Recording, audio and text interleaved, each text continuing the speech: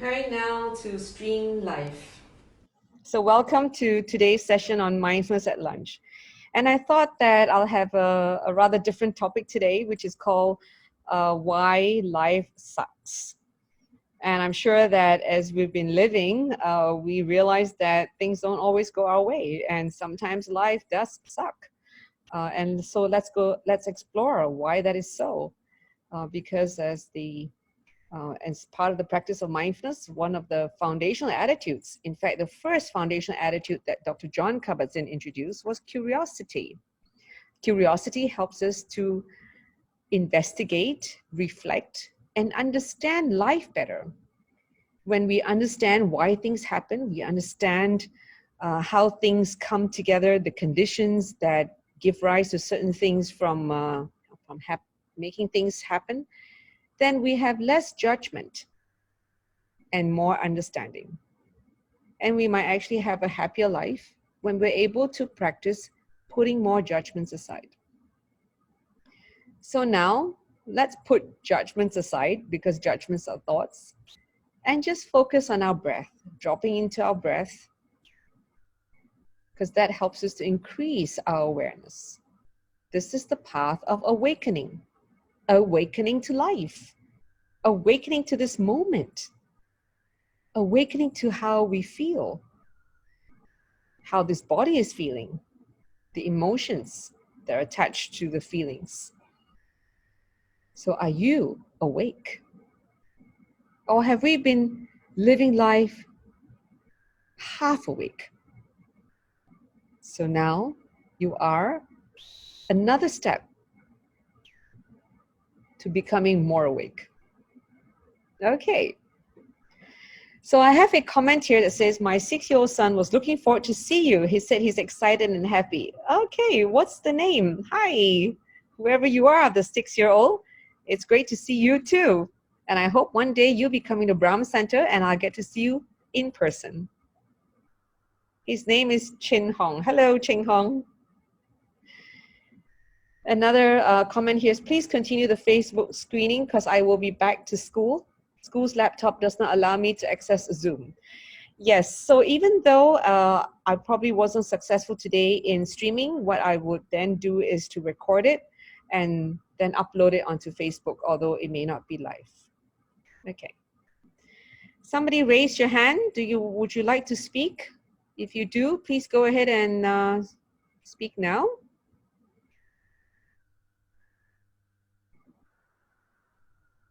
Yes.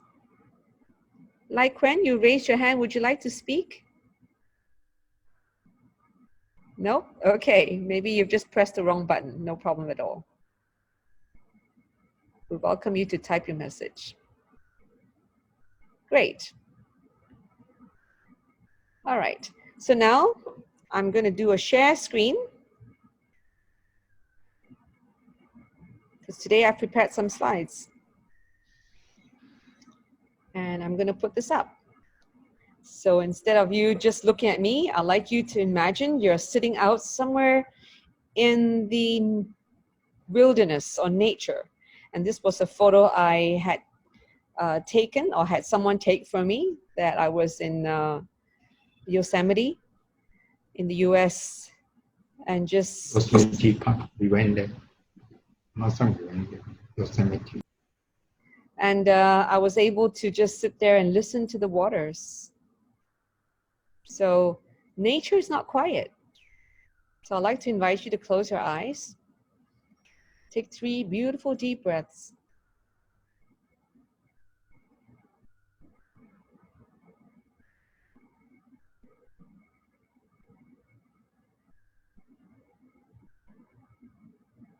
And notice all the sounds around you.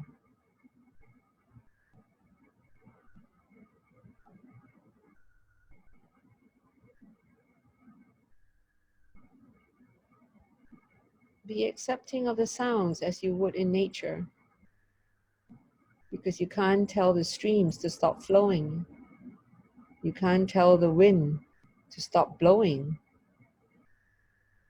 So the trees will move and the leaves will rustle. The birds will tweet.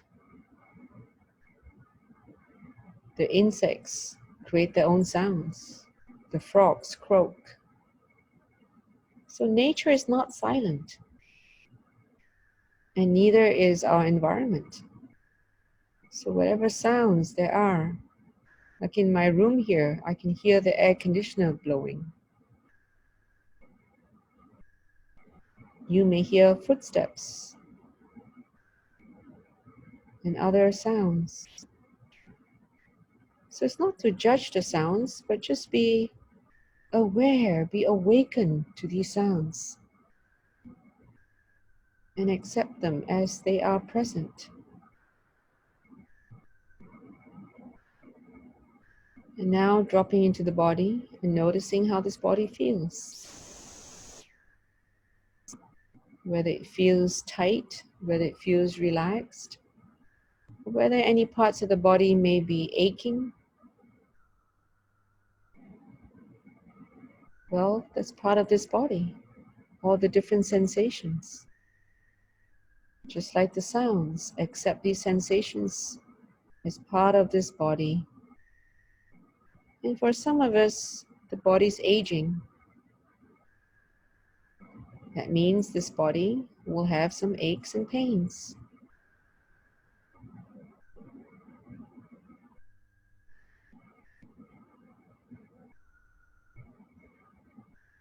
Be aware of your breath. This breath has always been with us ever since we were born.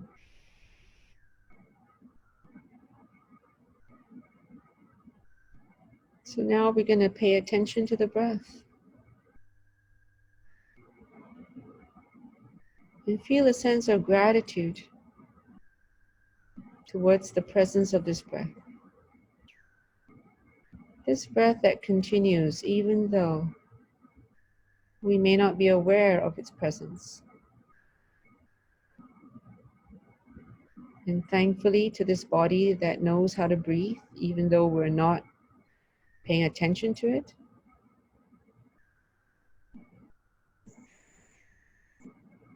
That we're alive.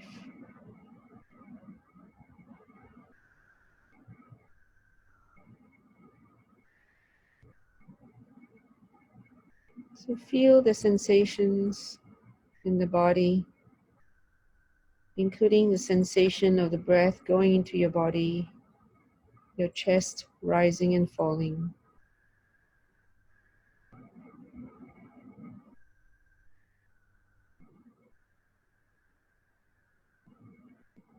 And there may be thoughts in your mind bubbling up.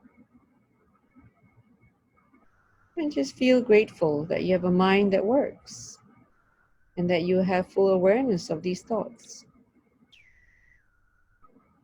But just like the aches and pains that you notice in your body, accept them, accept the thoughts, and don't dwell on them. So shift the focus of your mind back to the breath.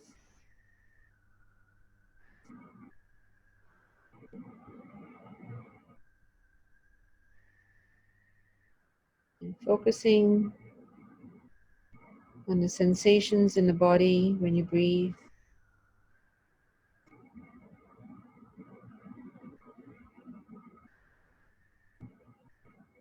Applying the curiosity to your breath. And every time you notice a thought popping up, it's okay. Then just gently reconnect with the breath.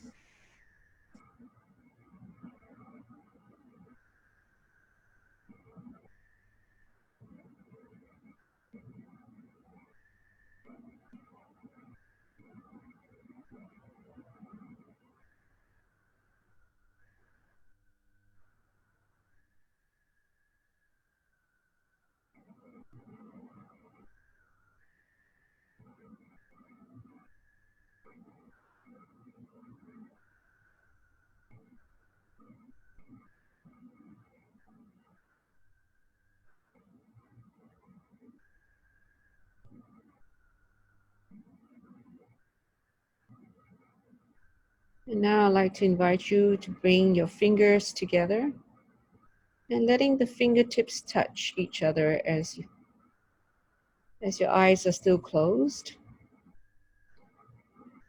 And feel the sensations of the fingertips touching each other. So just your fingertips are touching each other, not your entire hands.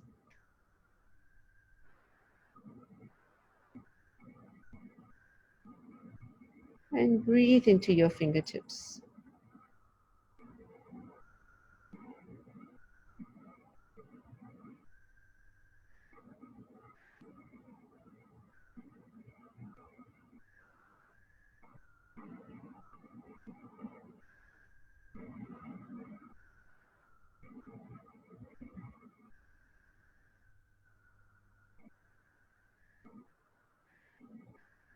While keeping the fingertips touching each other, relax your hands. And continue breathing into the fingertips.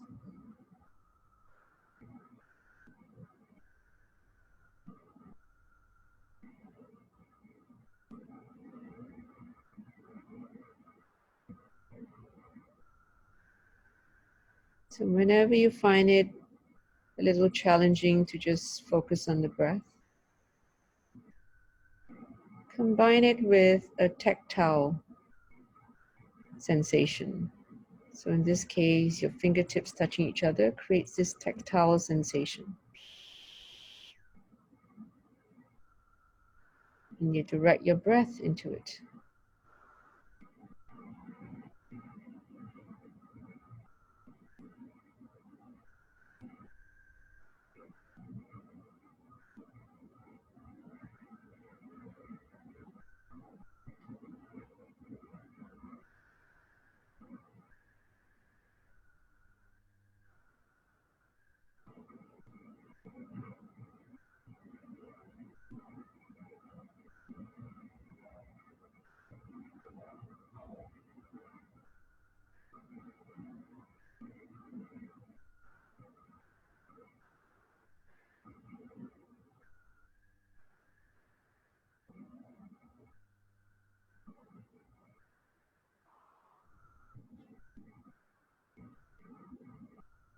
If you notice thoughts still popping up in your mind, that's okay.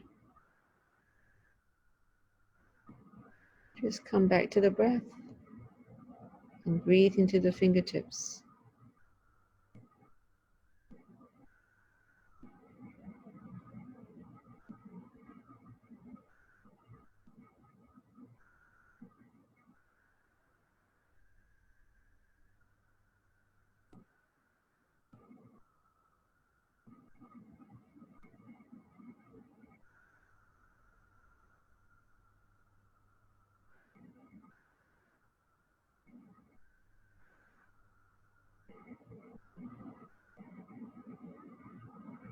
And now just focusing on 3 more breaths. At the end of the 3rd breath, open your eyes.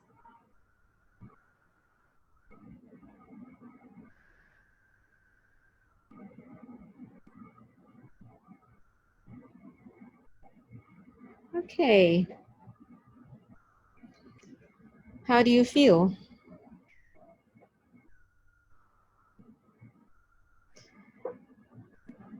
So type your comments just to let me know how you feel right now after this practice.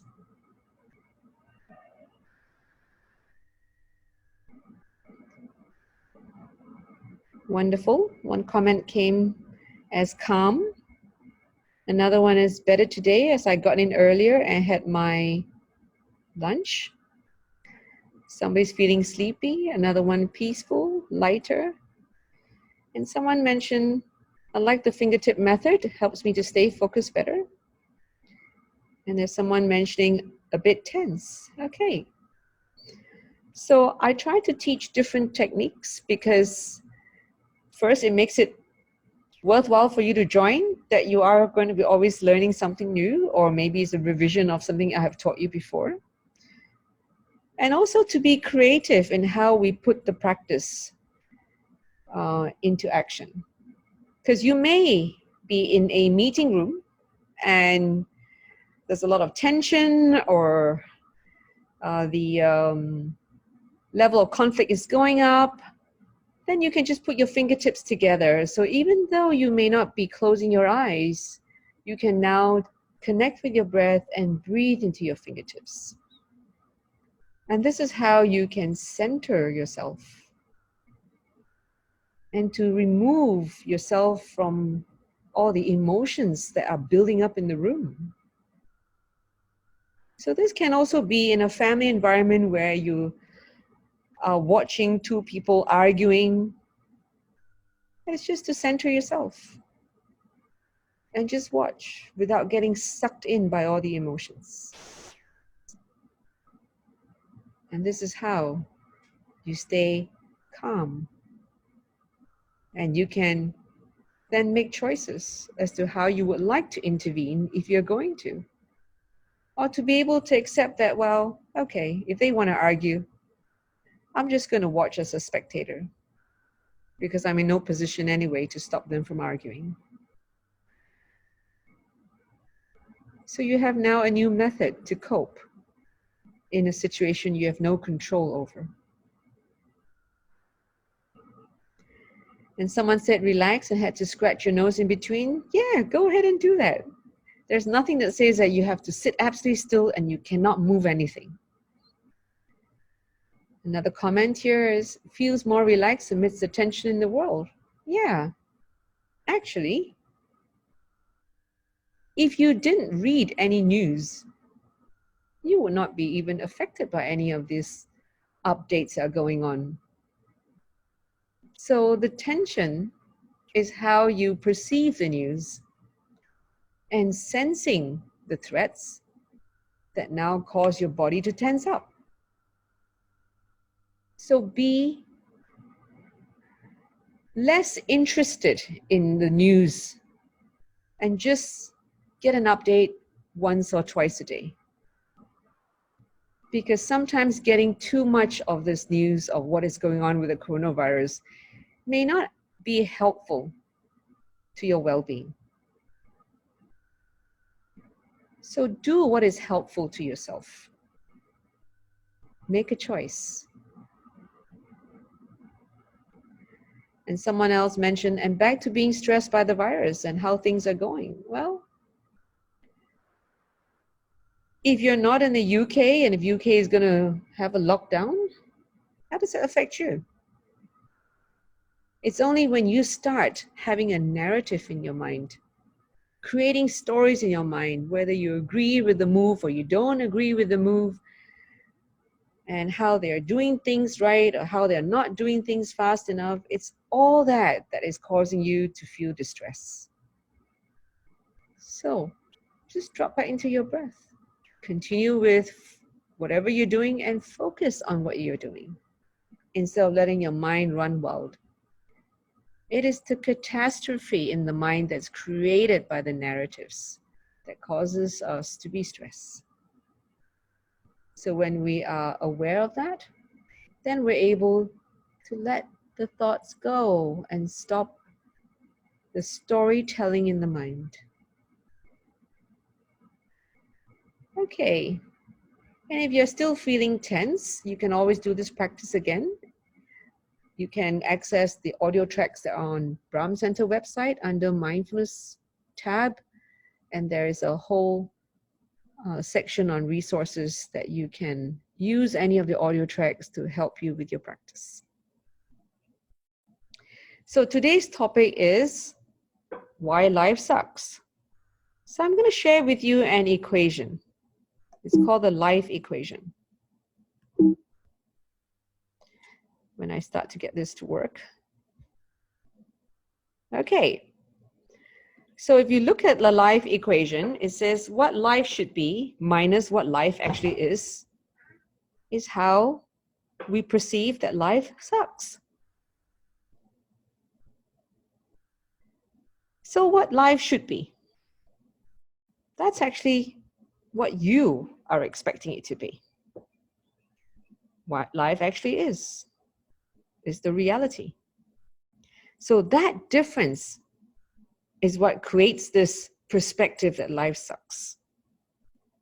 It's just a perspective. So let's explore this further. So the top line is your expectations. What are your expectations? If you have high expectations of anything, whether it's life, whether it's your job, whether it's your boss, your subordinate, your spouse, your kids, whatever they may be, you are setting yourself up for more disappointments. The second line is the reality. So the higher expectations, the higher the chance of you being disappointed.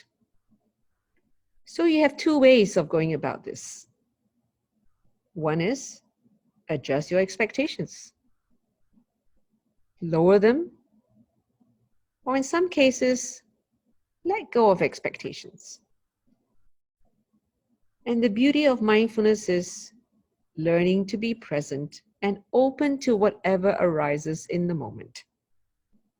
So instead of being caught up with all our wants and how things should be and how life should be and how everyone else should be behaving,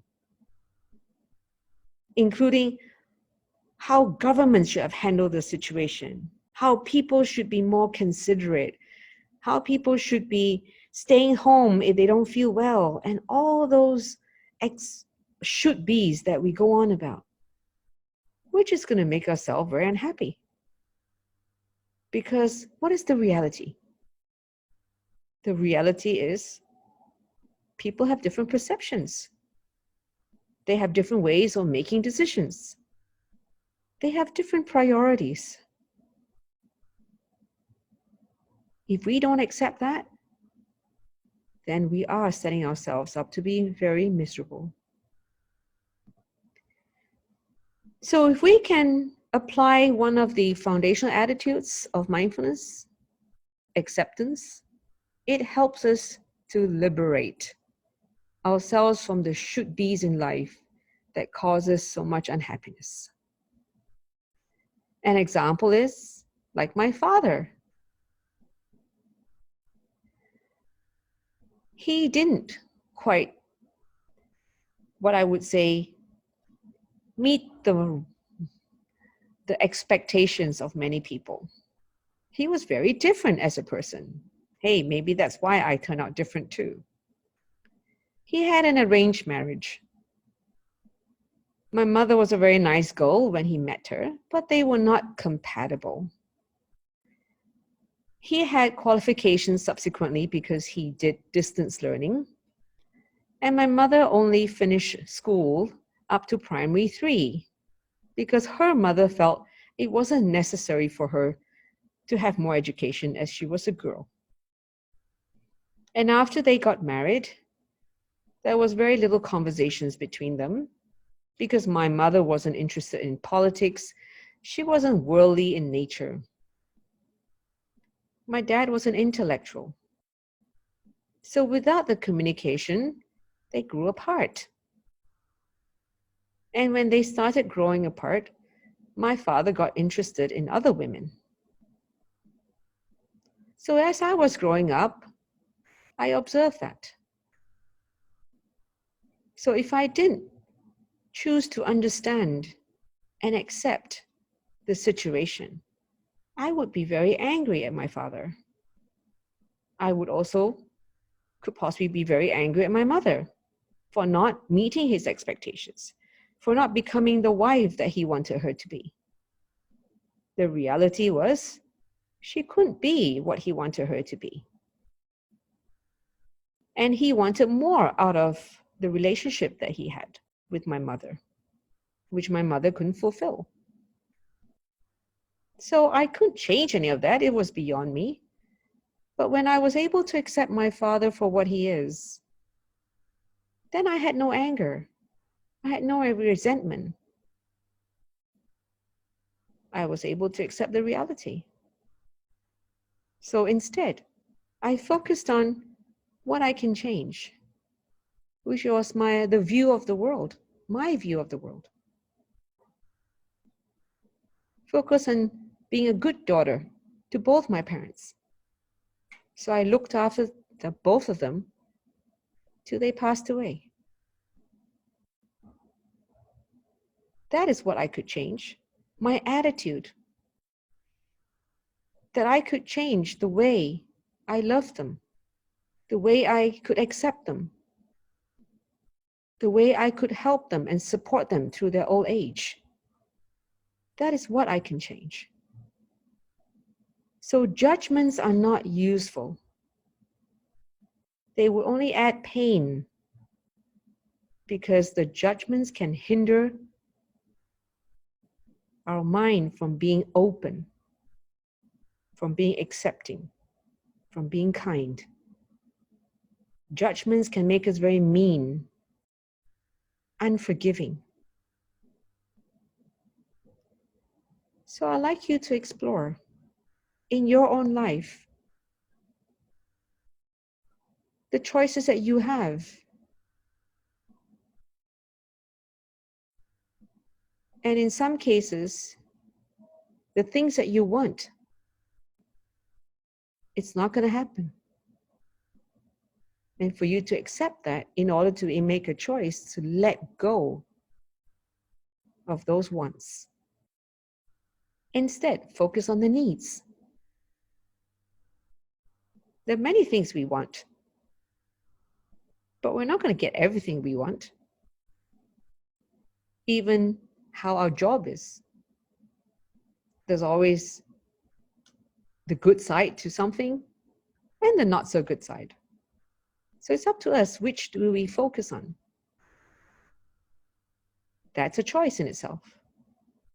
So when we can focus on, wow, there's all these wonderful things in my life. That itself is going to make us happier because we start to appreciate what we have instead of looking at the gaps, looking at what we don't have. And remember, every time when you want something and after you do manage to get it, how long did that happiness last? Happiness is in contentment. Contentment doesn't make us unhappy. It doesn't make us lazy. Contentment just means that what we have, we appreciate. So focus on choices that would make you happier as a person. So that's my little talk for today. So if you don't want your life to suck, change your expectations.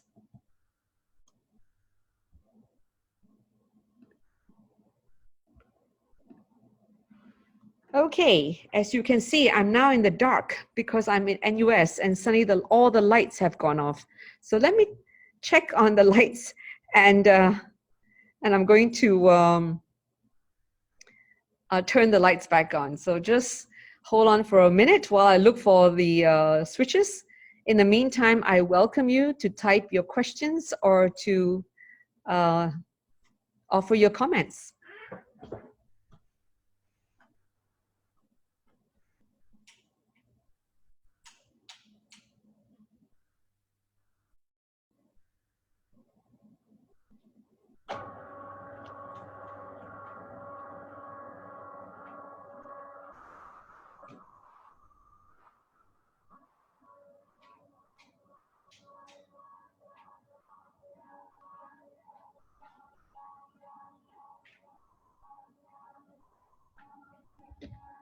Okay, the lights are back on, thankfully. Otherwise, you'll be looking at the dark screen.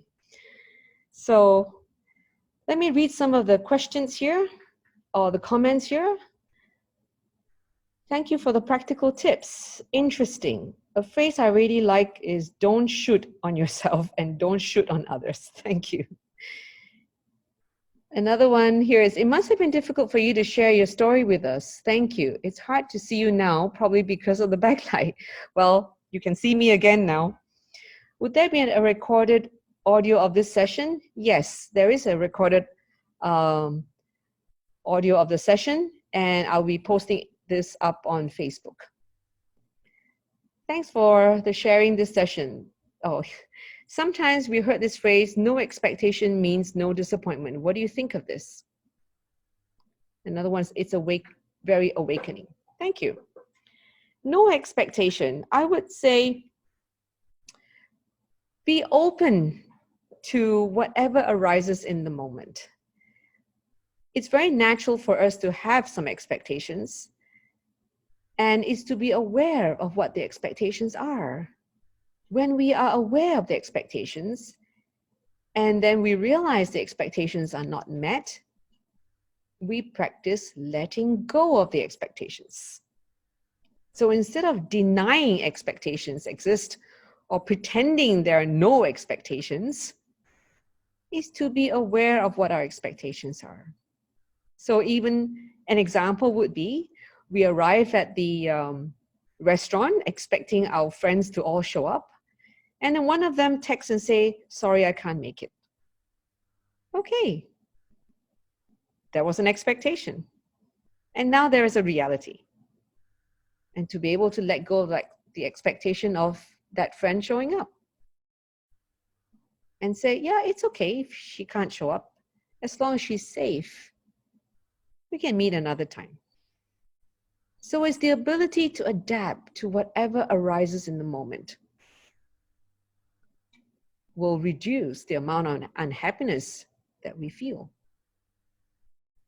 If we start lamenting, having judgment, wow, why is she so inconsiderate? We have made this appointment a long time ago.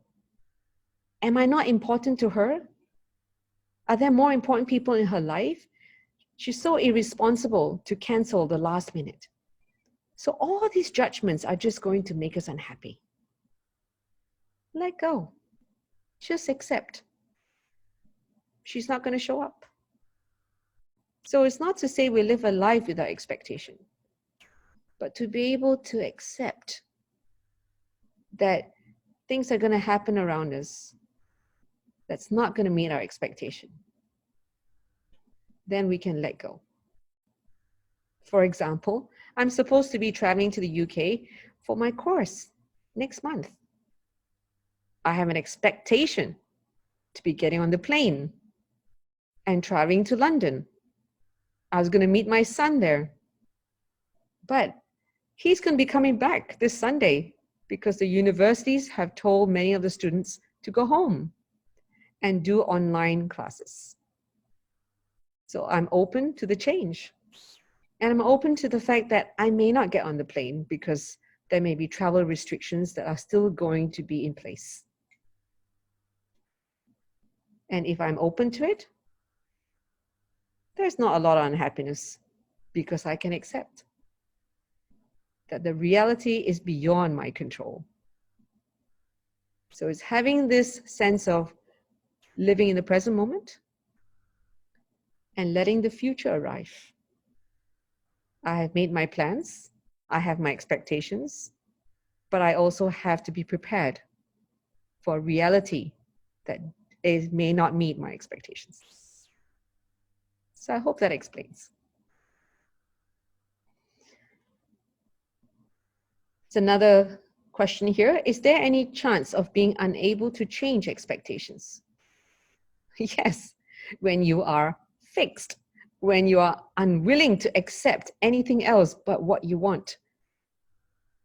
If this is the attitude towards life, then your life is going to be quite miserable because there will be so many things that will not happen to your expectation. Like many parents expect their kids to be able to do really well in school. Well, that's not going to happen because all our kids have different phases of development. They have different talents. They have different strengths and ability. So I always had this attitude that as long as my child is healthy and he knows how to be happy and kind, that's the most important thing. And he enjoys going to school and learning. The grades don't define him. Support his journey of learning to make it fun, interesting, and enjoyable. Not to stress him out to get grades. And at the end of his secondary school, he did really well. Wasn't to meet my expectations, but because he enjoyed the journey of learning. So support your children to enjoy the journey of learning. And learning doesn't even stop after university. Even for us, is to continue learning. That we have a sense of curiosity and thirst for knowledge and acquiring new skills. So make our children's learning journey enjoyable. That they will never want to stop learning. Because any one of us who stops learning will be left behind. And I read a comment here. Thank you for sharing that, Angie. I find that I'm able to stop anger in its tracks. A lot more understanding of situations and behavior comes around. But sometimes anger can be all-consuming and block every rational thinking. By the time I have blurted out something insensitive to my loved ones. Absolutely. So if you watch one of my previous sessions on the stress response system, which I explained more thoroughly, it's all about the amygdala being hijacked. There's a part of your brain that gets triggered that causes you to go into flight or flight mode. So when you're in the fight mode, your mind gives you a lot of suggestions on what to say in order to hurt the other person because you're angry. And if we don't have the mindfulness, the awareness of these words arising in our mind, and to be able to pause, then the words will just come tumbling out of our mouth. When we practice mindfulness, it increases our awareness. We're able to pause and make a choice. Do we let these words out? And if we have the awareness to say no, then these words just become passing thoughts. That's why when people can't pause, their anger turns out to be such a hurtful episode. And then we go out, then we subsequently have to apologize and try to do damage control, do damage recovery. But the words have already hit the other person's mind and ruminates in his mind. So when we are angry, also observe the amount of judgments that come up in your mind. Judgments like, he's so selfish. This is not fair. Why do I deserve this? Da, da, da, da. And that just fuels the anger. It is the judgments that fuel the anger. So when you're aware of the judgments and be able to put them aside, then the level of anger will reduce. And that is why mindfulness is defined as paying attention in a particular way in the present moment, non-judgmentally. So if you haven't taken the course, I invite you to come to Brahm Center and sign up for the Mindfulness Foundation course. And if you're 50 and above, you get an 80% subsidy from the government. And you can still apply your Skills Future credits to pay for the amount that you may be forking out, which will be later refunded to you. So I hope that answer helps you. So the best thing is, when you notice anger arising, stop, take a deep breath, pause, and check with yourself. Is there a benefit in saying this? Meaning the thoughts that have come up in the mind. Okay? So there's a statement here. I feel stuck in my job, but not really able to move out due to fear and worry of change. Okay. Feeling stuck is, again, a thought in your mind. Just be present. If you have a task at hand, just do it. If you don't have any task to do, go and read up information on the internet and learn something with it. So feeling stuck is an attitude, meaning you have judgments about your job that is negative. So be thankful instead. Feel a sense of gratitude. Wow, I have a job, and right now I'm secure. Even though there may be a looming recession or already a recession that kicks in because of economy diving in most parts of the world, is to feel that sense of gratitude. I have a job. Because alternatively is waking up in the morning with no job. So make a choice. If you really feel that this job is unnecessary, you don't need the money, quit. If you need the money, accept. This is the nature of your job. So you do have a choice. Another comment here is, like the idea of being aware of the expectations and then adjusting those via self-awareness. Angie, with your experience in mindfulness the last many years, do you feel that you are more self-aware of in any situation? I mean, is this a matter of practice or is there something more drastic that we need to do? Yes, it's a matter of practice and also attending mindfulness retreats. Mindfulness retreats enable deepening the practice and increasing the level of awareness. So I attend at least one mindfulness retreat a year. So this year we have a mindfulness retreat that is organized for August over the National Day weekend. And I'd like to invite you to register for that. It's going to be in Phuket by Dr. John Kabat-Zinn's son, Will Kabat-Zinn, and I'm going to be assisting him in conducting the retreat. At this point, the retreat is going to go on. But if you don't feel confident right now to register for it, it's okay. Just hang on for a while. Wait for the future to unravel.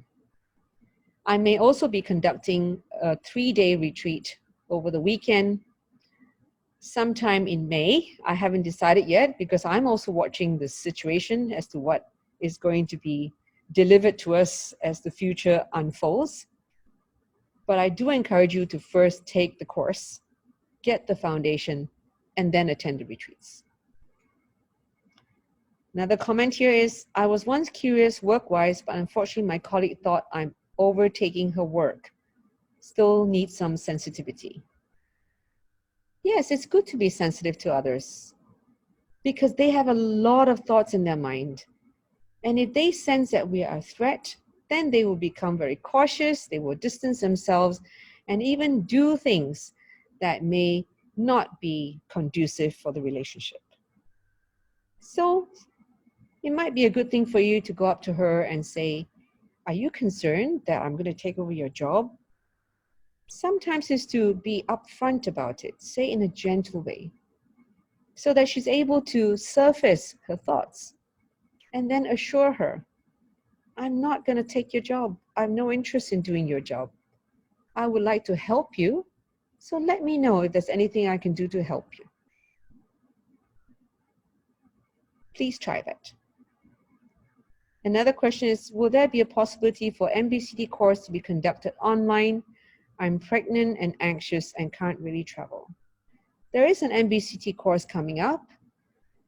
I'm not sure whether we're going to conduct it online. It may be a possibility, but we haven't made the decision on that yet. So if you can just hang on a little while, we might be conducting the Mindfulness Foundation course online first. So just hang on. Where is the retreat in August? At Siri Bay Westin Hotel in Phuket. So I'm optimistic. I'm an optimist anyway, that it's going to happen. Dr. John Kabat-Zinn's son, Will Kabat-Zinn, has really bought the ticket and will be flying over. So that hasn't changed. Anyway, August is about 5 months away. So let's just watch the future unfold. So now I have another question here in the Q&A section. In meditation, is it okay to visualize a pleasant scenery? Yes, do that. If it works for you to feel relaxed and calm, or you close your eyes and you imagine yourself on the mountain or next to a stream, wherever makes you, or on the beach, go for it. If it helps you to calm. Another question here is not willing to adjust my expectation because expectation is what I want all along. I tried to let go of expectation, but when I feel that it's not true or the real me, there is no real you. At the end of the day, we are a collection of habits and thoughts. So when our thoughts start to shift, our habits will start to change, and we become a new person. So there is no fixed person in us to say that's the real me. At the end of the day, if you don't know how to be happy, and if that's the so-called real you, would that really be helpful? Why choose to be miserable when you can choose to be happy? So perhaps that's the first question you'd like to answer. Would you rather be happy or miserable? And if you'd rather be happy, then learn the art of becoming happy. Because if you don't learn the art of being happy, then you will not be a happy person. Another comment here is MBSR online course sounds good. Thanks for considering for the future. Another one is I'm looking forward to Phuket retreat. Needed a change to all these COVID events. Yes, me too. I'm also looking forward to my trip next month. And I hope I can still get on the plane to go to the UK. I'm actually heading to Oxford for a course. So let's see what happens. Another one is, how about having some music in the background while meditating? Is it all right? Yes. If the music helps you to focus and to give you a sense of being present, yes. But I wouldn't recommend music that has lyrics, because then you start singing. Then you are involved in the music rather than observing, being aware of the music. There's a difference. And one more comment here is just taking a moment to thank you and your team for great work that you have done. Thank you very much for that kind note. And that you're expressing, we really appreciate that. Thank you very much. I also appreciate my team members. They're amazing people. And I also thank all of you for being part of this journey with us, and that you're finding this journey with us to be beneficial. So do check out the Facebook page. We are now embarking on the Tampines Center. It is a big center. It's double-story building. And if you like to help out in supporting us, our revenues have gone down tremendously because of the many courses that we have to cancel, including workshops that we have to cancel. And many people are finding it hard to feel confident about their jobs. So we are also seeing donations diving. So if you can help to support, please do. But if you can't, it's okay as well. Look after your family first. Okay? So go to the Facebook page and look at the update on our new Brahm Center at Tampines that will be opening in a few months' time. And we're very thankful to Bank of America, Merrill Lynch, and to Mr. Albert for sponsoring Albert Toe, and the many other sponsors that have come forward for this very meaningful project. So with that, let me lead you through a closing practice. And we're going to do loving kindness practice. May I be well and happy. So closing your eyes and wishing yourself 6 words, may I be well and happy.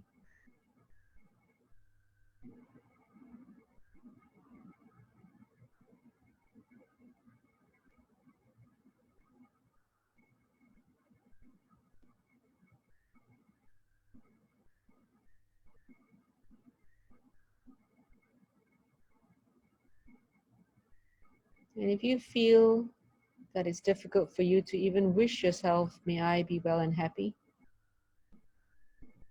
investigate the judgment you have on yourself and see if you can put aside the judgment. If you can't, then change the words to, may I be well and peaceful. And repeat, may I be well and peaceful.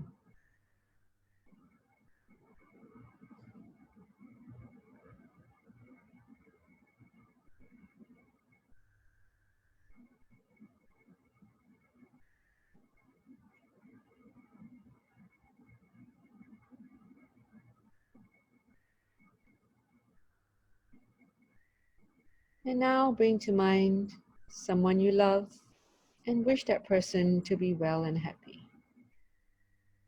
So your statement would be, may so-and-so be well and happy.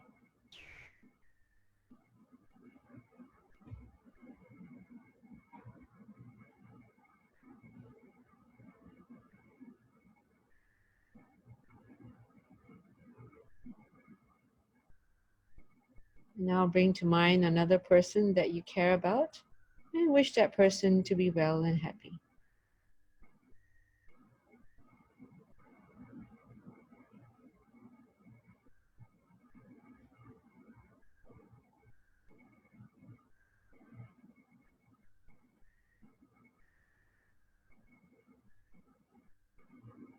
And now think of someone that has not met your expectations and wish that person to be well and happy. And perhaps you can start to realize that it is your expectation that has caused you to be disappointed. So if you can let go of the expectation and really just wish this person to be well and happy, by accepting this person as he or she is. So wish this person to be well and happy.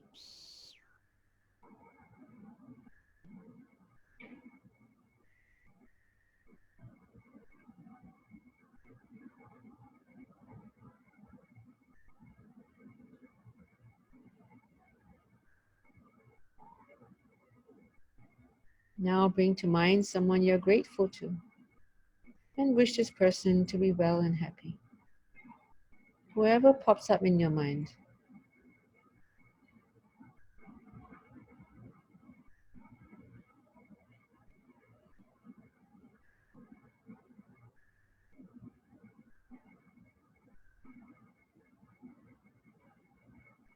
And now bring to mind another person whom you're grateful to, who has helped you or coached you, or given you an opportunity, and wish this person to be well and happy.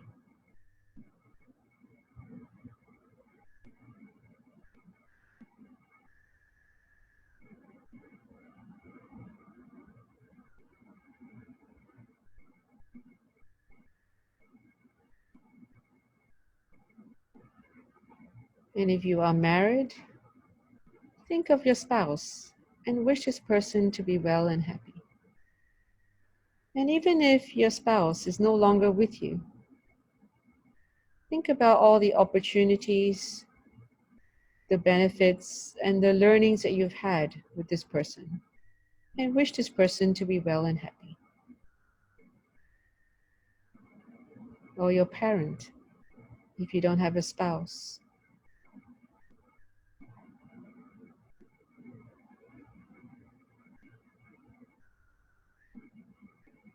And now coming back to you.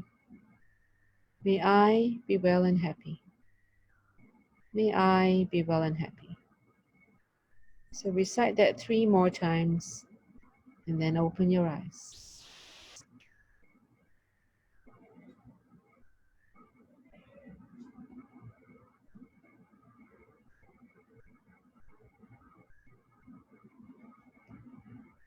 Okay.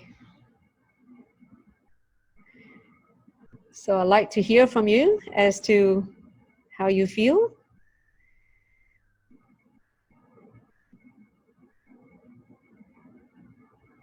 How's that practice for you?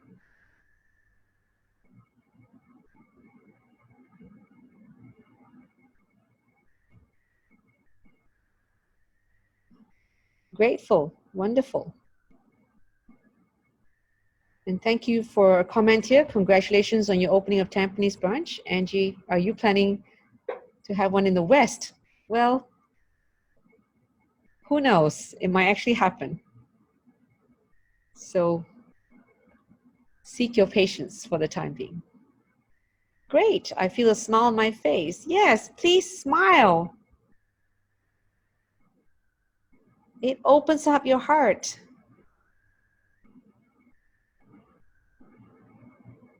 Wonderful.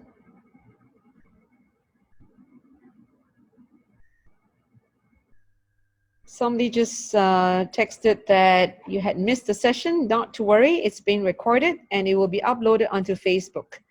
So I would like to invite you to go into Facebook and share it onto your own page so that your friends can also benefit.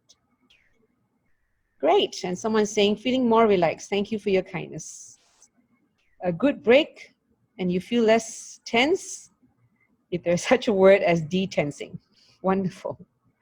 And lucky to have Brahm Center nearby. Wonderful. Okay, so I'm now going to head out for my lunch. I haven't had my lunch yet. In an hour's time, I'm going to be teaching another class at NUS. So thank you for being part of my journey, and I'm delighted to be of service to you. And I will see you tomorrow, and it's going to be back to 12:30 in the afternoon. Okay, bye everyone. Have a nice day. Bye.